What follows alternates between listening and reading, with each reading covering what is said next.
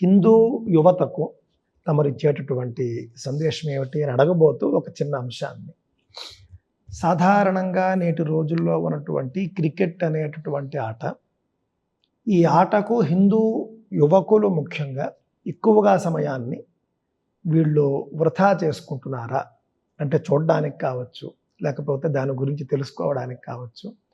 ఒక రోజులో వీళ్ళు ఒక 4-5 గంటలు ఏదైనా ఒక సిరీస్ లాంటిది ఏదైనా జరుగుతూ ఉన్నది అని అంటే కనుక గంటలు దానికి వీళ్ళు వెచ్చిస్తూ సమయాన్ని వృధా చేసుకుంటున్నారనేది ఒక లోకంలో ఉన్నటువంటిది, అందరూ చూసేటటువంటిది. ఆ సమయాన్ని వీళ్ళు విద్యను సంపాదించడానికి కానీ, ధనాన్ని సంపాదించడానికి కానీ, లేదా వాళ్ళ ఆధ్యాత్మిక అభివృద్ధి కోసం కానీ దేనికైనా వీళ్ళు ఉపయోగించవచ్చు కదా. అలా కాకుండా అంత సమయం ఎక్కువగా వీళ్ళు ఏమైనా వృధా చేసుకుంటున్నారా? ఇతర మతాల్లో ఈ క్రికెట్ మీద ఇంతటి అభిమానం ఇతర మతాలకు సంబంధించిన యువకుల్లో ఉండదు అని మన వాళ్ళు కొందరు అనగా నేను కూడా విన్నాను. అలాగేం లేదు. ఇప్పుడు ఈ రోజుల్లో క్రికెట్ అనే ఆటతోటి పరిచయం లేని అమెరికా లాంటి దేశాల్లో కూడా వాళ్ళ దగ్గర క్రికెట్ వాళ్ళకి లేదు. అవును సార్. కానీ ఇప్పుడు ఉండేటటువంటి వీళ్ళ యొక్క ఉత్సాహాన్ని, వీళ్ళల్లో కలిగే ఆ ఉత్తేజాన్ని, దానివల్ల జరిగేటటువంటి ఆర్థికమైనటువంటి లావాదేవీలని వీటన్నిటినీ గమనించిన తర్వాత సరే ఇక్కడ కూడా దీన్ని మనం ప్రారంభం చేద్దాము అని వాళ్ళు అనుకున్నారు. అనుకోవడం కాదు, జరుగుతోంది ఇప్పుడు. ఓహో. క్రిందటి సంవత్సరం న్యూయార్క్ సిటీలో శుభ్రంగా క్రికెట్ టోర్నమెంట్ జరిగింది. అద్భుతంగా జరిగింది. సరే, ఇప్పుడు సమయాన్ని వ్యర్థము అని దేన్ని బట్టి మనం అంటాం? అది ఏదో ఒక రకమైనటువంటి లాభసాటిగా కాకుండా వ్యర్థమైతే, దానివల్ల వ్యక్తుల్లో దురభ్యాసాలు పెరిగితే అది మనం వ్యర్థము అని అంటాం. ఏదో ఒక రకంగా సమయాన్ని ఎంటర్టైన్ చేసేవాడు ఈ రకంగా ఎంటర్టైన్ చేస్తున్నాడు ఒక ఆటతోటి. శారీరకమైనటువంటి ఒక కృషి కూడా దాంట్లో ఉంది. ఆడితే బాగుంటుంది, కానీ వాళ్ళు ఆడినప్పుడు వ్యాయామం అవుతుంది. ఆడడం సరే, అది ఏదో ఒక ఆట ఆడాలి, శారీరక వ్యాయామం అవుతుంది కాబట్టి పర్వాలేదు. చూడడానికి ఎక్కువ సమయం ఏమన్నా వాళ్ళు చూస్తున్నారు కనుకనే కదా ఆడేది, చూడకపోతే ఎందుకు ఆడతారు? కాక మనం దాన్ని మన వ్యర్థం అని అనడం కంటే దాంట్లోంచి గ్రహించాల్సినటువంటి దాన్ని మనం అందించగలిగితే యువతకి అది మనకు ఉపయోగకరం అవుతుంది. అవును సార్. రెండవది, ఆర్థికమైనటువంటి దానికోసమైనా వాడచ్చు కదంటే. ఆర్థికమైనది దానికంటే మించింది ప్రపంచంలో ఇప్పుడు ఇంకోటి లేదు. అవును సార్.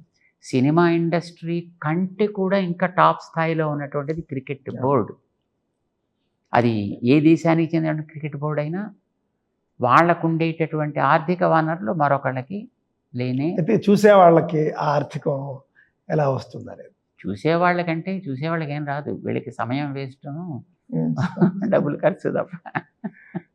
చాలా సంతోషం. కానీ ఎంటర్టైన్మెంట్. రెండవది, దానికి మనం వైదికంగా, ధార్మికంగా వాళ్ళకి చెప్పాల్సింది ఏమిటి అని అంటే, ప్రాణం లేని ఒక బాల్ కోట్లాది మందిని తన వైపు పెట్టుకుని ఆడిస్తోంది. ఒక ప్రాణం లేని ఒక బాల్. వీళ్ళు ఈ పార్టీ కానీ, ఆ పార్టీ కానీ, ఈ టీం కానీ, ఆ టీం కానీ, ఆడేవాడు కానీ, చూసేవాడు కానీ, చెప్పేవాడు కానీ, దాని మీద బెట్లు కట్టేవాడు కానీ, ఇంతమందిని తన మించి దృష్టి పోకుండా చేసుకోగలిగింది ఒక చిన్న బాల్. ఒక్క బాల్ ఇంత పని చేయగలుగుతుంది. ఇలాంటి బాల్స్ని అండాలుగా, బ్రహ్మాండాలుగా ఒక క్షణంలో కోట్లాదిగా సృష్టించిన వాడు చేసేటటువంటి ఆ క్రికెట్, అది ఎంత గొప్పదో కదా. ఒక్క బాలే ఇంత పని చేయగలిగితే ఆయన ఇన్ని అండాలని, అఖిలాండ కోటి బ్రహ్మాండ నాయక అని కదా మీరు అంటుంటారు. సో ఒక అండం కాదు, కొన్ని అండాలు కలిస్తే ఒక బ్రహ్మాండం. అలాంటి బ్రహ్మాండాలు అఖండ కోటి, అనంత కోటి. ఇన్నిటిని తిప్పేటువంటి వాడు ఎంత సమర్థుడై ఉంటాడు. ఒక బాలు వేసేవాడు, ఆ బాల్ని కొట్టేవాడు ఇంత తమాషా చేయగలిగితే ఇన్నిటితోటి ఒకదాంతో ఒకటి కొట్టుకోకుండా ఎప్పుడు ఇంత ప్రపంచాన్ని నడిపిస్తున్నాడంటే వాడు చేసేటటువంటి ఆ ఆట ఎంత గొప్పదై ఉంటుంది. దాన్ని మనం గుర్తించగలిగితే మనం మన జీవితాన్ని ఇంకెంత బాగు చేసుకోవచ్చు.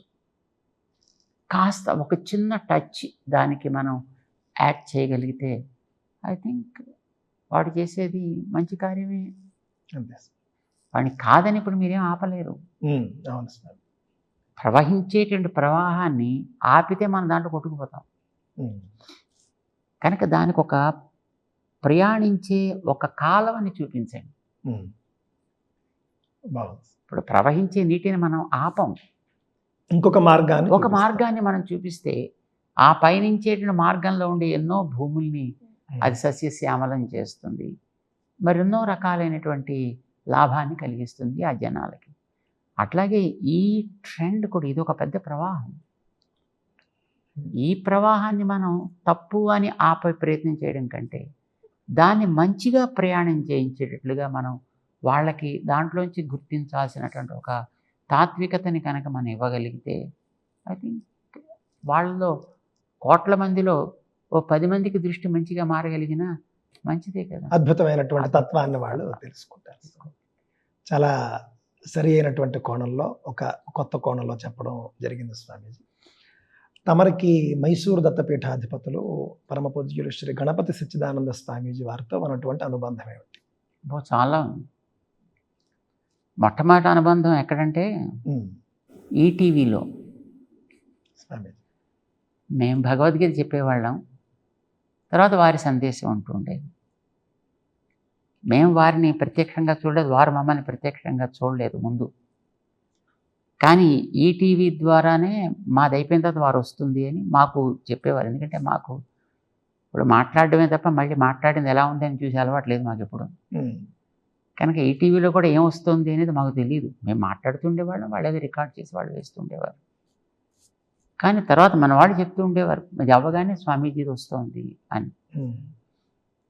దాని తర్వాత మేము స్వామీజీని వారు ఆలయ ప్రతిష్టా కార్యక్రమం జరిపినప్పుడు అక్కడికి మమ్మల్ని కూడా రమ్మన్నారు. సో మేము వెళ్ళాం అప్పుడు వెంకటేశ్వర స్వామి ఆలయ ప్రతిష్టా కార్యక్రమానికి. అప్పుడు వారు లోపల మొత్తం అంతా చూపించినప్పుడు అప్పుడు వారు చెప్పారనమాట, ఈటీవీలో మీరు మాట్లాడిన తర్వాత నేను కూడా మాట్లాడుతుంటాను, చాలా బాగుంటుంది, చాలా చక్కగా ఆ కార్యక్రమాన్ని జరిపిస్తున్నారు, బాగుంది అని వారు చెప్పడం జరిగింది అనమాట. సో అది మాకు అట్లాగా పరిచయం. అదే వారు సహజంగా చాలా నమ్రులు, చాలా సౌమ్యత, ఎప్పుడు చక్కగా నవ్వుతూ పలకరిస్తారు, మంచిగా మాట్లాడతారు, అందరితో హాయిగా ఉంటారు, అందరినీ ప్రోత్సహిస్తారు. ఎవరితోటి కఠినంగా మాట్లాడే స్థితి ఎప్పుడు మేము అప్పుడప్పుడు ఈ మధ్యన ఎప్పుడో విన్నాం 1-2 చోట్ల. బట్ అదర్వైజ్ ఇప్పుడు కూడా చాలా సౌమ్యంగా ఉంటారు, ఇప్పుడు చాలా ఆప్యాయతగా ఉంటారు ఇప్పుడు. సో అలాగ మాకు వారితో అనుబంధం ఏర్పడింది. ఆ తర్వాత చాలా చోట్ల కలిసాము. విజయవాడలో కలిసాము, మేమే మైసూరు వచ్చాము, 2-3 సార్లు వచ్చాము అక్కడికి. అవును స్వామి, అంటే తమరు మైసూరు వచ్చినప్పుడు నేనే పూర్ణకుంభం ఇచ్చాను చాలా సార్లు. ఆ విధంగా తమని దర్శిస్తూ ఉండేవాడిని. ఈ మధ్య కాలంలో కూడా తమరు ఒక 2-3 సంవత్సరాలకు పూర్వం కూడా వచ్చారు ఒకసారి. వచ్చాము, మేము అప్పుడు వచ్చాము. ఒకసారి మీ ప్యారెట్ పార్క్ చూపించారు ఒకసారి, అక్కడ పక్షులు ఉన్నటువంటి పక్షుల అది చూపించారు. ఇంకొకసారి ఎప్పుడో ఒక కాన్ఫరెన్స్ ఏదో జరిగింది, ఆ కాన్ఫరెన్స్కి వచ్చినప్పుడు కూడా అప్పుడు సోమవారం వచ్చాము మేము. మైసూరు ఒక సమావేశం పెట్టారు అక్కడ. ఈ లక్ష్మీ తాతాచార్యులు గారిని ఒక ఆయన ఉండేవారు, పుల్లేరు వారు, అదో సమావేశం పెడితే దానికోసం మేము వచ్చినప్పుడు కూడా అప్పుడు అక్కడ దాకా వచ్చాము. కానీ సోమవారికి చూడడానికి వెళ్ళాము. అప్పుడే ఆంజనేయ స్వామిది మీద 3D ప్రొజెక్షన్ మ్యాపింగ్ వేశారు. అవును స్వామి, హనుమాన్ చాలీసా అప్పుడు అది కూడా చూపించారు అప్పుడు. సో చాలా రకాలుగా. తర్వాత ఇక్కడికి రామానుజుల ప్రతిష్టా కార్యక్రమానికి స్వామివారు సమతామూర్తి స్థాపనకి వారు చిన్నవారితో కలిసి వచ్చారు. చాలా చక్కగా కార్యక్రమాన్ని అంతటిని కూడా దగ్గరుండి ఆ వేళ అంతా మొత్తం వాళ్ళు జరిపించారు వారు.